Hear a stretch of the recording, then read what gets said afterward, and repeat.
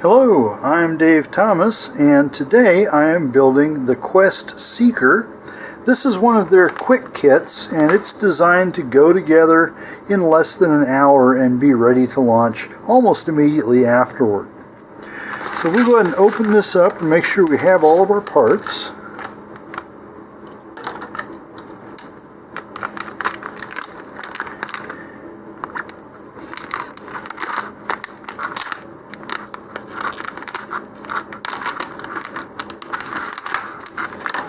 A lot of packaging in this one. Alright.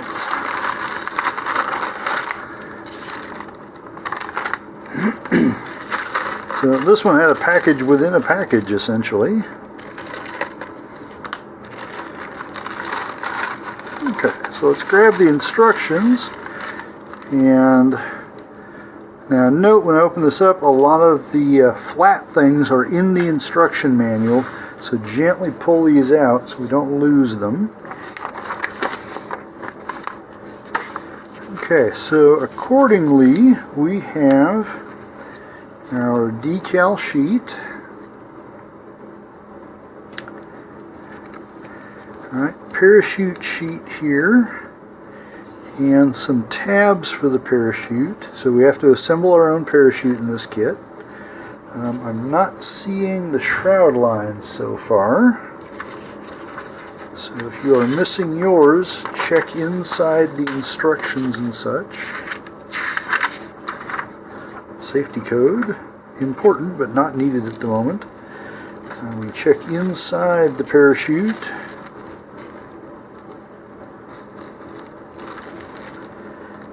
Nothing there. Alright, so we will keep an eye out for those shroud lines. And they may be tucked somewhere else in the kit here. Alright, so we have the main body tube and the payload tube and the motor mount tube.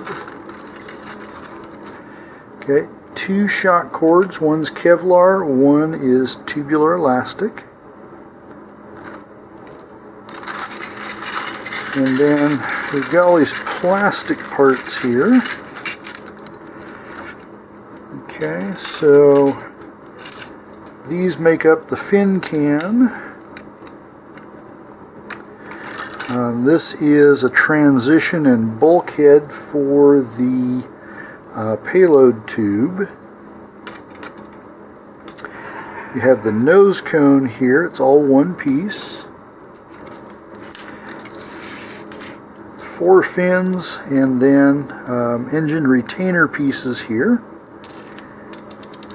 Alright, but no shroud lines. So if you happen to run into this situation, you can call Quest customer service line, or you can just make your own here. Oh, wait, I found them. Okay, mine had been stuck to the decal sheet. Okay, so it should look like this. Alright, so we do have everything we need here. So I'm going to clear most of this away and we will get started.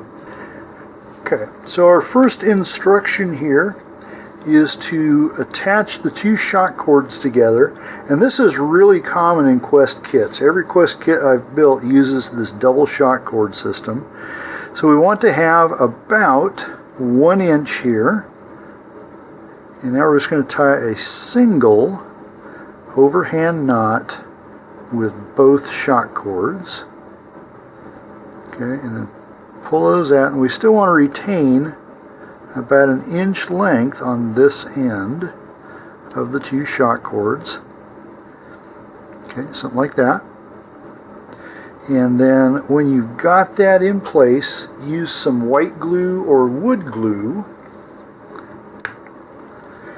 and just put a little dab right on the knot.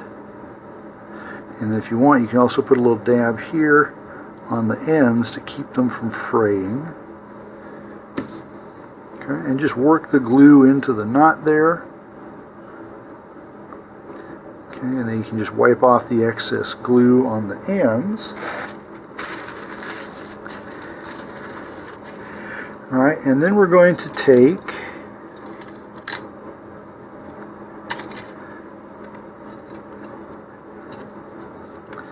our fin can here, and if you look at these from the outside, one of them has this indentation with a loophole in it, and that is where the Kevlar shock cord is going to attach. So we're just going to pass this through. And you might find it's easier to pass through the other way. It doesn't really matter. Alright. It's going to be difficult. Put a little bend in it. Like this, temporarily.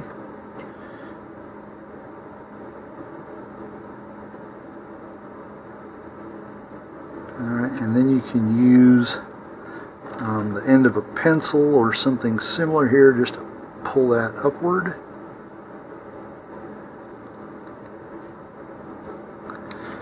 Alright, tweezers will also help here. There we go. If you have smaller fingers, that's usually easier. And then we're simply going to tie a double knot into that.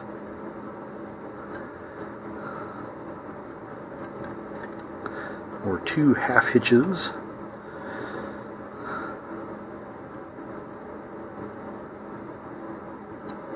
Okay, and then I'm going to pull that here and then pull my knot down so it cinches down on there. Okay, and then what you can do is take just a little dot of super glue, the runny kind, and put that, oh, that's the gel kind. Okay. After you've got this down, you can put a little dot of super glue on it. And you want the runnier kind here because we want it to just flow into the knot. It doesn't take much. And if you want, you can go ahead and do these frayed ends here too. Okay, and they don't even have to sit there for very long. You can just go and wipe off the excess glue. And then go ahead and take scissors or your hobby knife here, and you can cut off most but not all of that free end right there. You want to leave a little bit on there so that the knot does not come undone. Right, and if it's just going to be a real pain to do it, don't worry about it. Okay, now that we have the engine mount started, we're going to take the engine mount tube here. Okay, and it's going to fit here. So there are 2 little slots in the tube. They go toward the forward end, and that fits this elongated peg like that. Okay, and now I'm just going to dry fit this before we glue it. So the other is going to have its own peg there that's going to go inside there, and that is going to act as the engine block or thrust ring. Okay, and then with this together, this becomes our launch lug, and we have places for all the fins to go in there. Alright, so for this, use some plastic cement.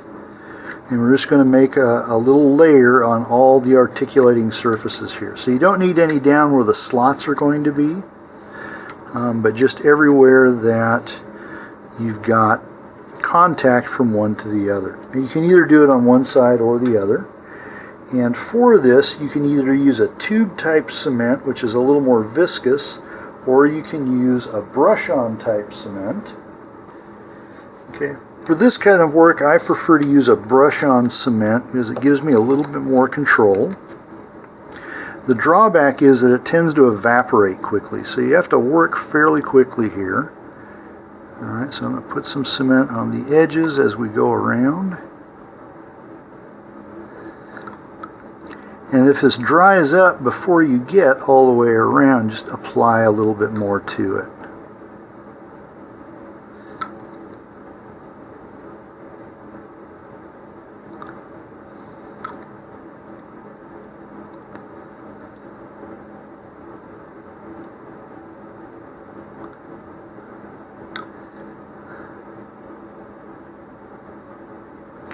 Put a little bit down in the holes there.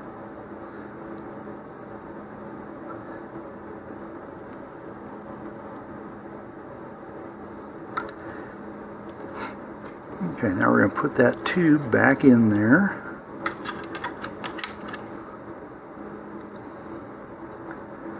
Okay, and now all those pegs should line up. Alright, and I'm just going to hold this now for about 30 seconds while that glue sets. One of the other nice things about the brush-on type cement is you can also stick it on the seam there and let that draw in by capillary action.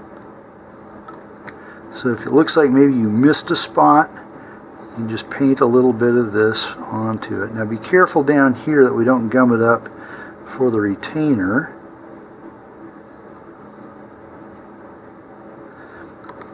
Okay. Alright, so I'm going to continue holding this for another 20 seconds or so, and then I'm going to set this aside to let dry completely before we go on to the next step. My glue has dried enough to handle this, and the next thing we're going to do is put this into the body tube.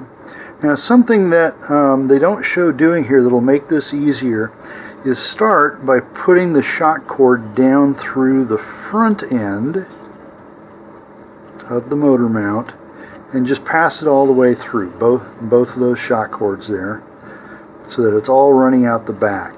And what this is going to do is prevent us from gluing the shock cord to the inside of the body tube. Okay, so now we need the main body tube here, and without gluing, first of all, I'm just going to dry fit this together. So this is going to go in like here. Okay, and they show using tube type plastic cement, which you can. My preference is to use a gel type super glue, and the reason for this is better in most cases for gluing two dissimilar surfaces together. Alright, plastic model cement is best for doing plastic to plastic. If you're doing plastic to paper, I've found that the gel type super glues work better. Okay, so you can use either one. If you don't have the gel super glue but you have the plastic cement, use it. The brush-on plastic cement, though, will not work here, so don't use that. Alright, and we're going to take a bead of glue here and just run it around the inside edge.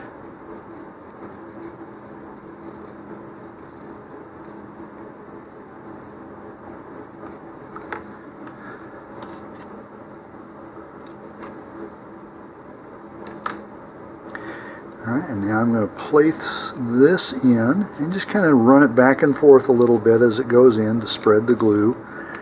Okay, you can even give it a little bit of a twist there. Okay, and now we're going to let that dry for about 5 minutes before I go on to the next step.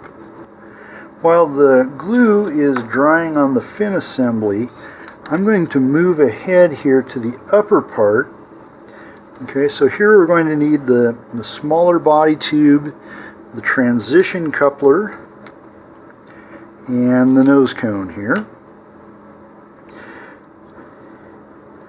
Alright, so they call this a payload tube, but the way they're doing it is they're gluing that nose cone into place, which means you can't put any payload in it. Now it'll still fly this way, and if you don't care about being able to put something in there that you fly up, then you can go ahead and glue this together. If you want to use it as a real payload section, though, you're not going to glue the nose cone on. We will, however, still glue the transition in. Okay, now before I do that, check down here on the wider part of the base. There's a little eyelet there. This is where your parachute and your shock cord are going to attach. And notice it's kind of small there. In some cases there may be some residue plastic left in there from the molding process. I've got a little bit. So you might need to cut that out with your hobby knife. Okay, but make sure you don't cut through this. Alright, so in the instructions we're going to glue this in here. That is really, really loose. it even kind of wobbles around there. That's not a good thing to have. Okay, and so they're again showing using a tube type plastic cement, where this is going to have to fill a little space in there though. I'm going to do something a little bit different. Okay, because we have this here, so we've got this notch that goes all the way around there. If I were to put wood glue in here, a fairly generous amount, what will happen is when it dries, it will dry in that notch, and that's going to hold this whole thing up in there. So I'm going to take a little bit of an aside here and depart from the instructions. Now, if this is snug in there, you can do it just like they show you there. And like we did with the fin can, you could use either tube type plastic cement or gel type super glue there. But neither one of those is really good at filling spaces. So here, I'm going to take my wood glue. You can do this with white glue too, though it's not quite as effective. Alright, and I'm going to put a heavy bead of glue in here. I'll be really generous with this, because I want it to go into that notch going all the way around. Okay, and now I'm going to put this in, and I'm going to turn it as I do so. Okay, and now I'm going to hold it here against the transition, so that helps keep it centered while it's drying.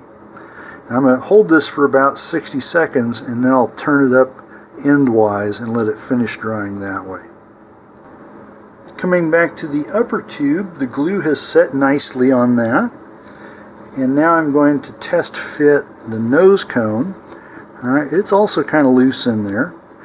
Now again, if you don't want to put anything in this tube, you can just glue this on, and you'll need to use the gel type super glue or the tube type plastic cement for that. But if you want to be able to get it out, what I suggest is putting some masking tape around it to increase the friction so it won't come out. Okay, and as loose as this is, it's going to need at least one circumference of tape. So I'm going to run that all the way around there. Okay, kind of fold it in a little bit. We'll do more if that's all it needs. Okay, now I'll put that in like that, and that's good and firm. That's not going to come out under normal flight conditions. Okay, so since that's what I want, we'll just go ahead and tuck in the rest of the masking tape there. Okay, and that section is ready to go.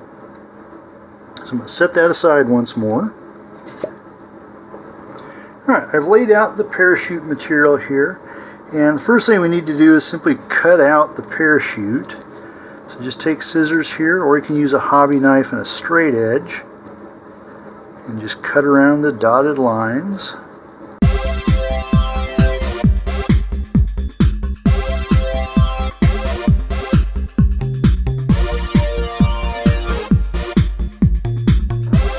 Once you have the parachute cut out, go ahead and apply these stick-on reinforcements here. And as you pull them up, leave the inside dot behind there. So we want this open like that. And then these will go right over the dotted lines on the parachute. Just run these all the way around.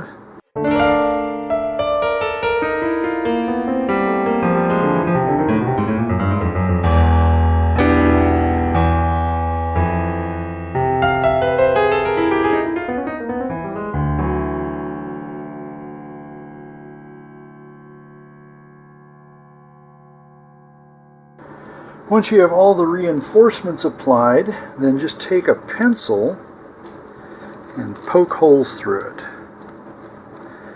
I'm using my mechanical pencil here. You could use a regular wood pencil.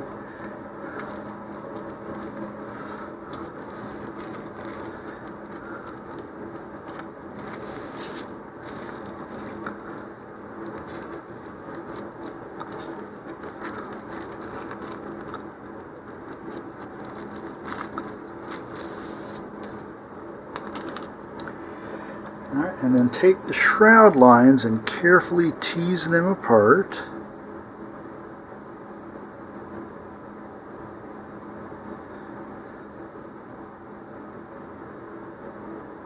Okay, these are pre-cut and should be in 3 equal lengths. So you will want to check that. So your ends should be pretty much even. Alright, and if they're not, you can just take your scissors here and cut them at an even point. It's probably not a big deal anyway because your knots are probably not going to be completely even either. Alright, so now you'll take one shroud line and tie it to 2 adjacent corners. Right, so I'm going to take this one, we'll pass it through the hole I made there, and we're going to tie this on with 2 half hitches or 2 overhand knots or a double knot, all comes up to the same thing. And the idea here is to try and keep them of uniform length on the free end there. Alright, so then you're going to run the other end to the adjacent corner and do the same thing.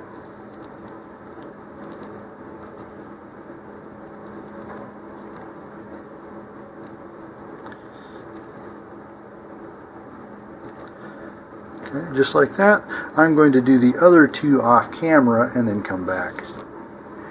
Now I have all of my shroud lines put on, and now I'm going to take this from the back side, and first of all I'm just going to take all these loops and hang them around one finger here. Okay, and you're going to have one that kind of crosses around, that's fine. And then I'm going to take the center of the parachute in my other hand here and draw everything taut. And if you did all this stuff right, all those loops should be taut and all of the corners of the parachute should be pulled together there. And that's pretty close right there. So it's where I want it to be. All right, now we have to tie this onto the transition here, and I'll tell you right now, I don't like the way they do this.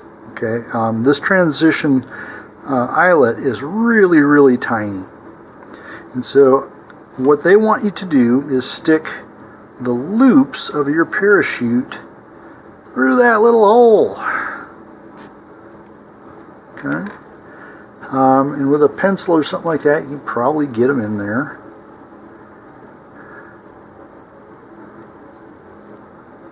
Alright, but it's really not going to be an easy prospect, and what's going to be even worse is you also have to tie the shock cord onto here. Okay, so what I'm going to do instead, because this just isn't going to work very well, is I'm going to take all my loops together, and here I'm going to use a snap swivel. You can get this from the fishing department of sporting goods or department stores or even some hardware stores. Alright, so it's got a little swivel here on one end and a snap closure on the other. Take those loops of your shroud lines here, put those through the swivel end of the snap swivel. Once you get them through, open the loops up again.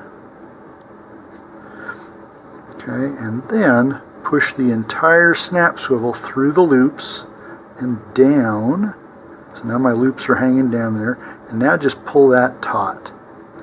Come back and make sure that you're still even here. Alright, which I am. Once you got that even, then you can go ahead, pull those all down from the top of the swivel if it's trying to climb up there like mine's doing. Get all these loops down on the downside. Like that.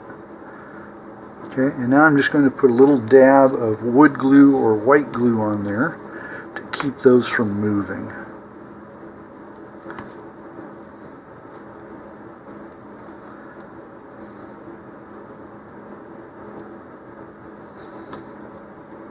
Okay, and just work that into the knot. Kind of scrape off the excess there, you don't need a lot.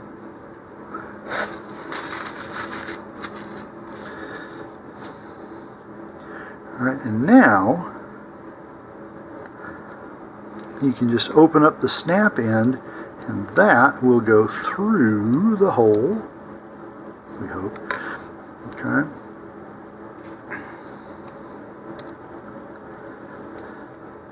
There we go, like that. There are snap swivels that don't have this little locking loop on there, and those might work better for you. Okay, but now we can just close that on. Okay, and that's going to be a lot easier to work with now than trying to put those loops through. Now you can, and if you look at the instructions here, if you can get those loops through, you pass it through, and then you take the entire parachute and pass it through the loops, much like I did with the snap swivel, but it takes a lot more room. Okay.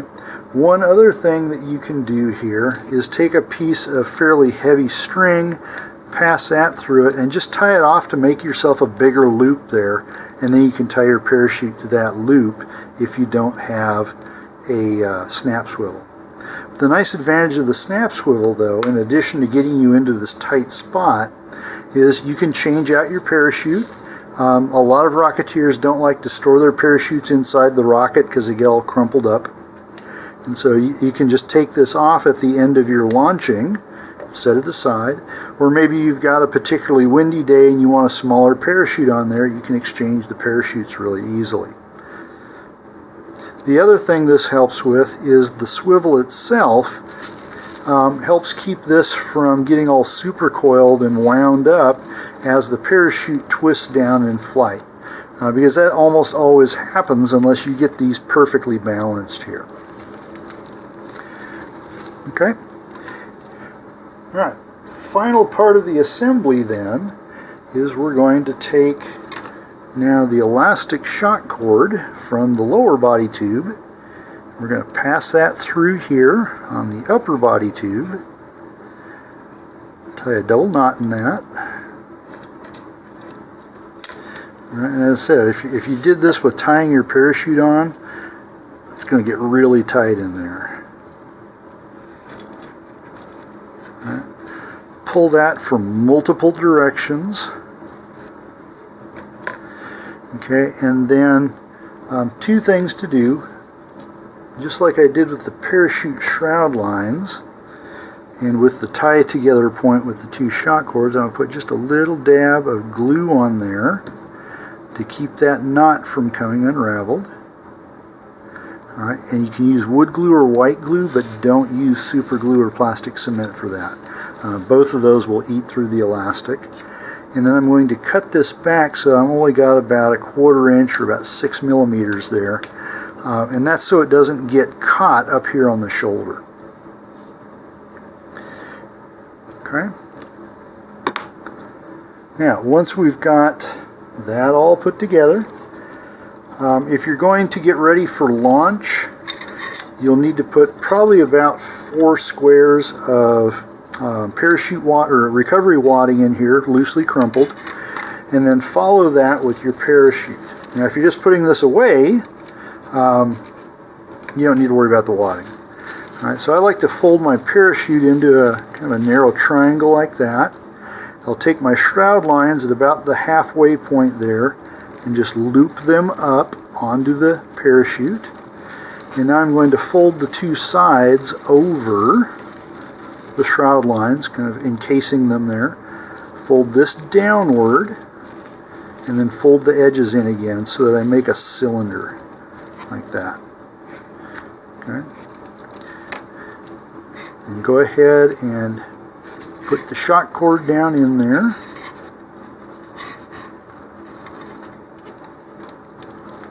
Alright, followed by the parachute. And then any remaining shock cord that's still sticking out, you can just stuff down inside there. Now be careful, you don't want shock cord getting in between the shoulder of the transition and the body tube. That can cause it to get stuck. Okay, and then if I put my nose cone back on here, if it's not already in place.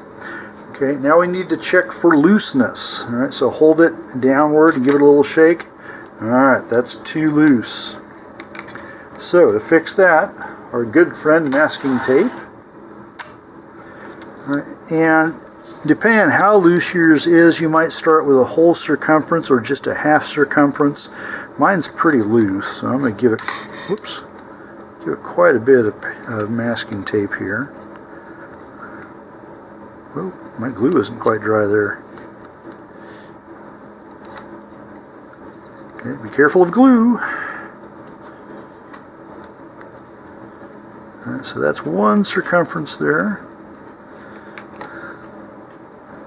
I'm going to put everything back inside where it belongs. Alright, and we're going to put this in one more time.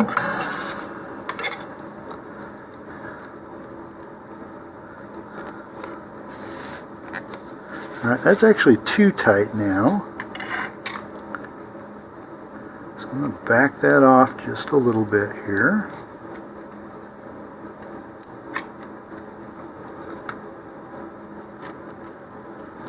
So come back, maybe we'll do like 2/3 of a circumference. Put that back on. Once again, put everything down inside. There we go. Okay, so now if I give it that shake test, it's not coming out, but if I pull on it with a little bit of firmness, it comes out easily. Okay. Now I just need to put some finishing touches on the model here. One of those will be the engine retainer here, and so this just fits the two notches here, or the two protrusions here fit into notches here and here, and so you just slide that on and then give it a twist, and that will lock the motor in.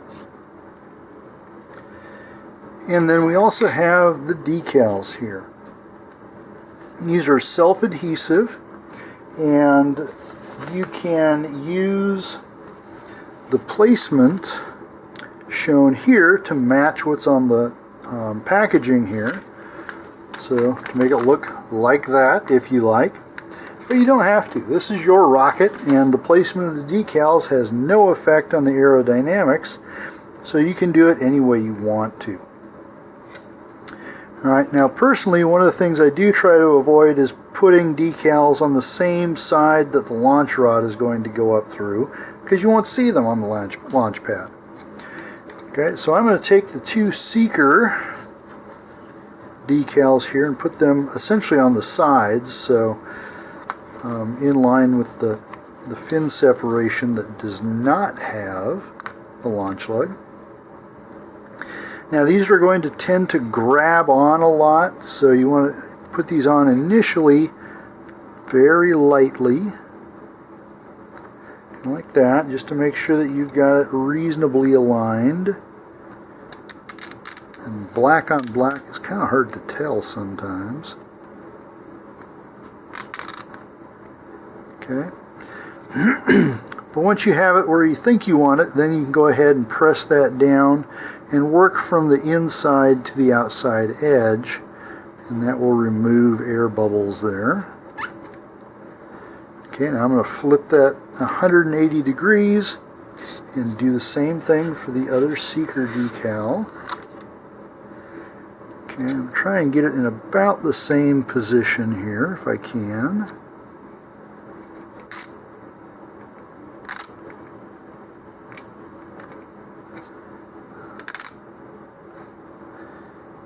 Okay, it's a little bit higher than the other one. Now, oops.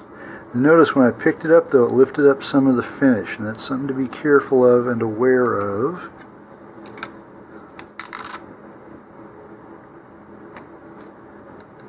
Okay, I think it's going to be pretty good. So the same way, start from the inside and work your way out, pushing the bubbles out.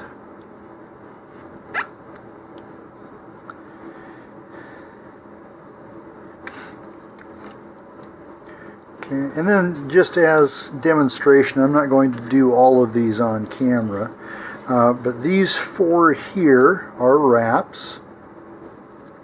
The shorter ones here are meant to go on the upper tube, the longer ones go on the lower tube here, and they're basically putting them on the edges of the body tubes.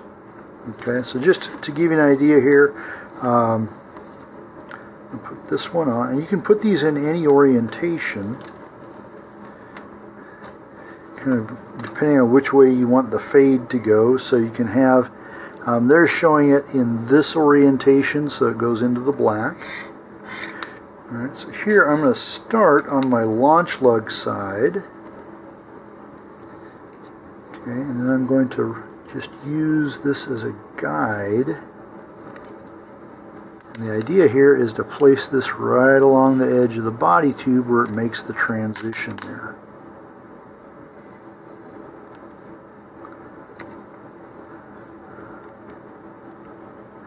Again, if you try and get this as light as you can, initially it might be easier to reposition.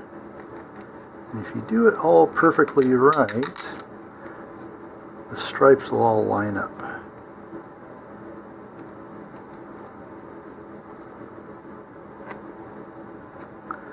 Okay.